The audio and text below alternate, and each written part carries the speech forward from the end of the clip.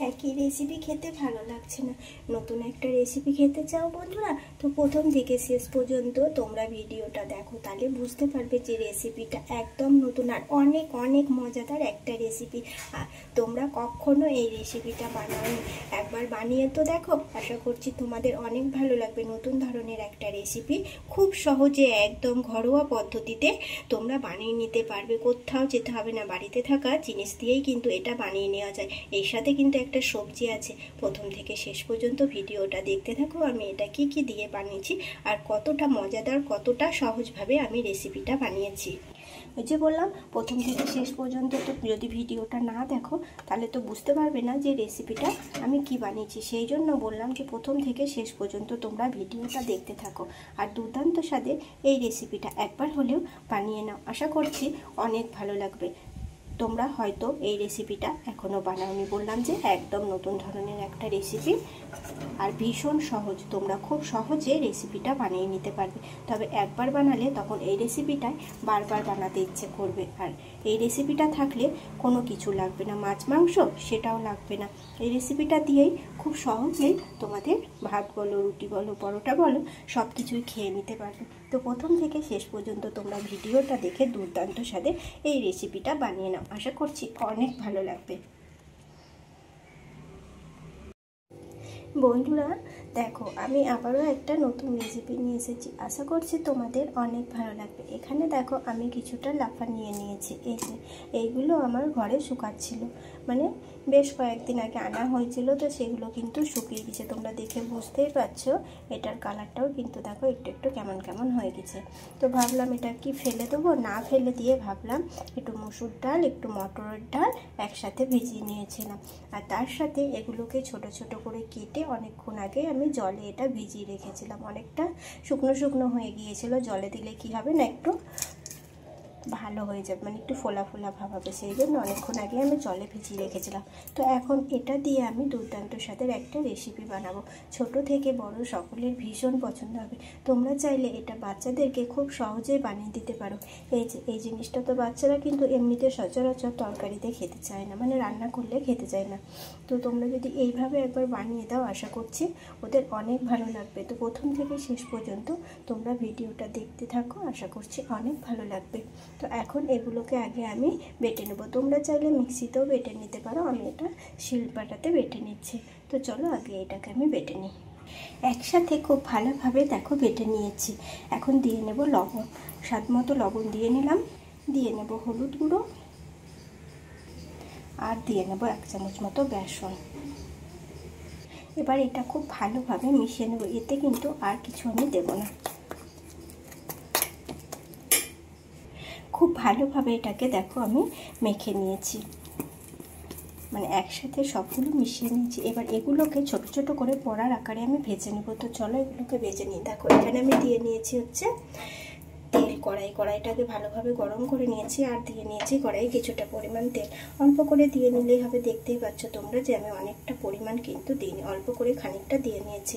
আর দেখো এরকম এরকম করে নিব, আর এই যে বড়া শেপে এগুলোকে দিয়ে নেব। অনেক মোটা মোটা দেওয়ার প্রয়োজন নেই, আবার যে ছোট ছোট দেবে সেটারও দিয়ে আমি মিডিয়াম সাইজ করে দিলেই হবে।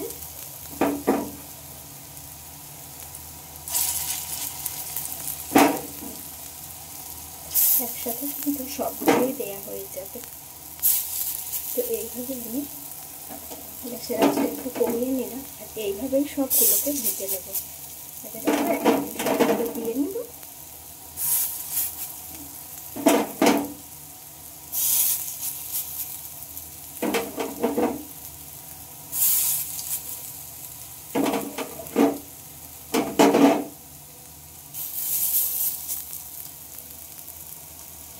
দিয়ে নিয়েছি, এখন এগুলো উল্টে পাল্টে ভেজে নেব। একসঙ্গে দিয়ে নিয়েছি সবগুলো। এবার দেখো এখন কিন্তু এগুলোকে আমি উল্টে পাল্টে নেব, মানে উল্টে পাল্টে ভেজে নিতে হবে। তো চলো দেখো এগুলো এক সাইড থেকে কালার এসেছে, এক সাইড থেকে আমি উল্টে নিচ্ছি, মানে অপর সাইডটা ঠিক একইভাবে ভেজে নিতে হবে।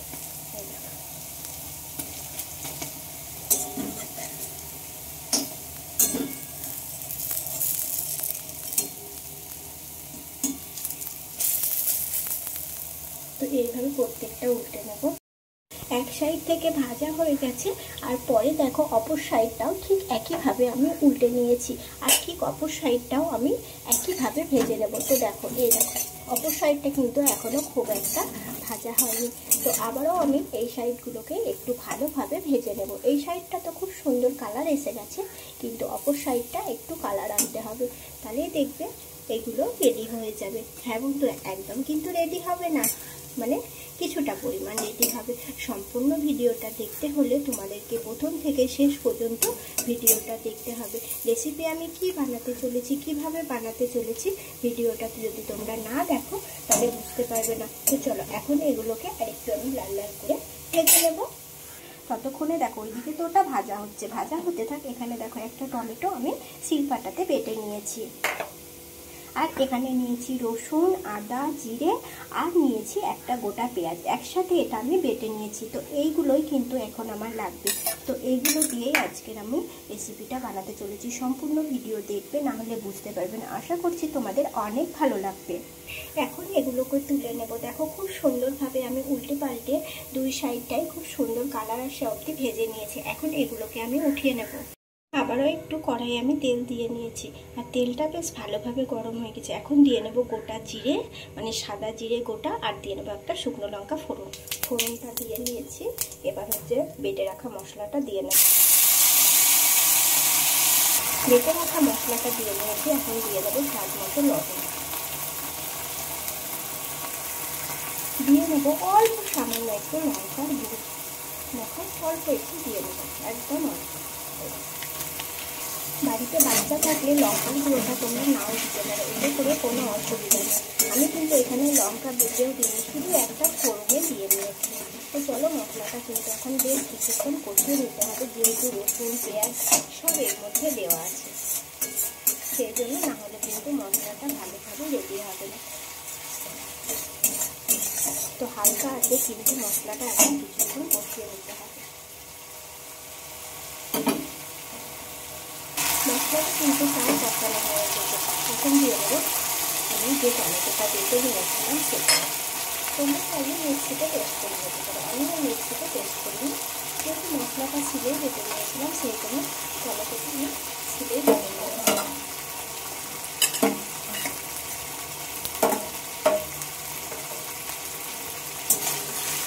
একটু ভালোভাবে নেড়ে ছেড়ে নেব।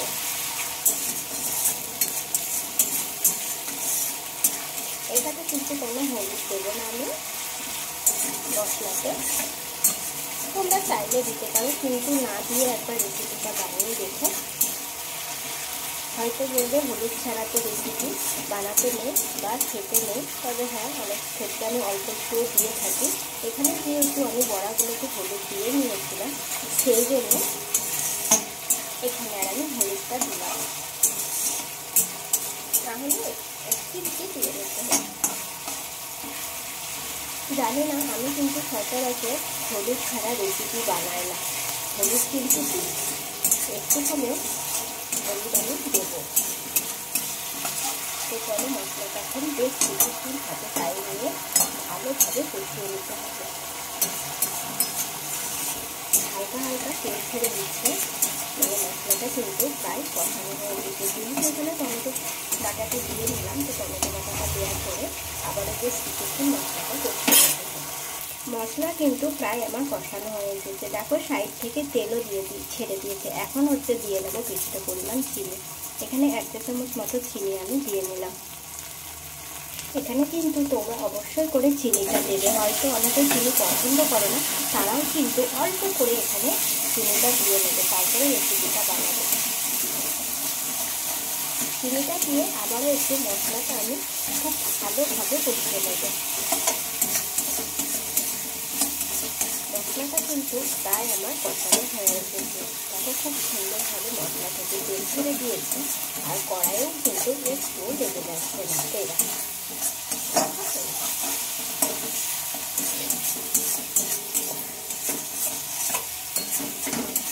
এরা আবারও বলছি, প্রথম থেকে শেষ পর্যন্ত তোমরা ভিডিওটা দেখবে, না হলে কিন্তু রেসিপিটা একদম তোমাদের পারফেক্ট হবে না বা ভালোভাবে তোমরা বানাতে পারবে না। সেই জন্য প্রথম থেকে শেষ পর্যন্ত দেখে দুর্দান্তভাবে নতুন একটা রেসিপি তোমরা খুব সহজে বানিয়ে নিতে পারবে। আশা করছি অনেক ভালো লাগবে। এরকম নিত্য নতুন রেসিপি অনেক দেওয়া আছে, চাইলে তোমরা চ্যানেলে গিয়ে দেখে নিতে পারো। ছোটো বড়ো সকলের ভীষণ ভীষণ পছন্দের সব রেসিপি দেওয়া আছে, সেগুলো তোমরা খুব সহজেই বানিয়ে নিতে পারবে। একদম ঘরোয়া পদ্ধতিতে আমি রেসিপি দিয়ে রেখেছি। মশলা রেডি হয়ে গেছে, এখন দিয়ে নেবো পরিমাণ মতন জল। তো চলো জলটা আমি পরিমাণ মতো দিয়ে নিলাম। এতটা পরিমাণ মতো জল লাগবে, মানে যে অনুযায়ী বড়াটা হবে সেই অনুযায়ী তোমাকে জলটা দিয়ে মানে রেসিপিটা তৈরি করতে হবে। তো দেখো যতটা পরিমাণ লাগবে ঠিক আমি ততটা পরিমাণ আন্দাজ মতো দিয়ে নিয়েছি। খুব ভালোভাবে মশলা কষে আরও একটু দিয়ে নিলাম। খুব ভালোভাবে মশলাটা কষিয়ে নিয়েছি, তারপরে কিন্তু জল দিয়ে নিয়েছি। এবার এটা একটু জাল উঠে গেলেই বড়াগুলো আমি এর মধ্যে দিয়ে দেবো। এদিকে বড়াগুলো দেখো বাটিটার উপরে আমি তুলে নিয়েছি, আর বড়াগুলো দেখো দেখতে কিন্তু ভীষণ সুন্দর লাগছে। এগুলো খেতেও কিন্তু বেশ ভালো লাগে, তবে এইভাবেও তোমরা খেতে পারো, তবে আমি যেইভাবে রেসিপিটা বানাচ্ছি সেইভাবে কিন্তু বেশি ভালো লাগে। বেশ একটু ঝরঝরে ভাত হলে এই একটা রেসিপি থাকলেই কিন্তু তোমাদের পুরো ভাতটা খাওয়া হয়ে যাবে। তারপরে এটা তোমরা রুটি বলো বা পরোটা বলো, তার সাথেও কিন্তু তোমরা এই রেসিপিটা খুব সহজেই খেতে পারো, দেখো ভীষণ ভালো লাগবে। এদিকে দেখো জাল উঠে গেছে, এই দেখো গ্যাসটা একটু বাড়িয়ে নিলাম, কমিয়েও নিলাম। তো চলো খুন্তি দিয়ে একটু নেড়ে ছেড়ে নেব। এবার হচ্ছে বড়াগুলো আমি দিয়ে নেব। এই দেখো বড়াগুলো এখন এর উপর দিয়ে নিচ্ছি। প্রত্যেকটা বড়া দিয়ে নিয়েছি। দেখো অনেকগুলোই কিন্তু বড়া রেডি হয়েছিল আমার, তো সব বড়াগুলো এর মধ্যে দিয়ে নিলাম। এবার চাইলে তোমরা এখানে একটু গরম মশলা দিয়ে নিতে পারো। আমি আজকে আর গরম মশলাটা দেব না, গোটা গরম মশলাও আছে, গুঁড়োও আছে, কিন্তু একদম আজকে আমি দেব না। গরম মশলা ছাড়াই আজকে রান্নাটা আমি করলাম। তোমরা চাইলে দিতে পারো, আমাকে গরম মশলা দিতে বারণ করলো, সেই জন্য আমি দিলাম না। তো যাই হোক, গরম মশলা দিয়ে কিন্তু আমাদের বাড়ির মানে রান্না পছন্দ করে না, তবুও আমি দিই, তো আমি আর দিলাম না, থাক। দেখো দেখতে কিন্তু ভীষণ সুন্দর হয়েছে। এগুলো খেতেও সত্যি বলছি বন্ধুরা অনেক অনেক ভালো লাগে। তোমরা একবার হলেও বানিয়ে দেখতে পারো, আশা করছি তোমাদের অনেক ভালো লাগবে।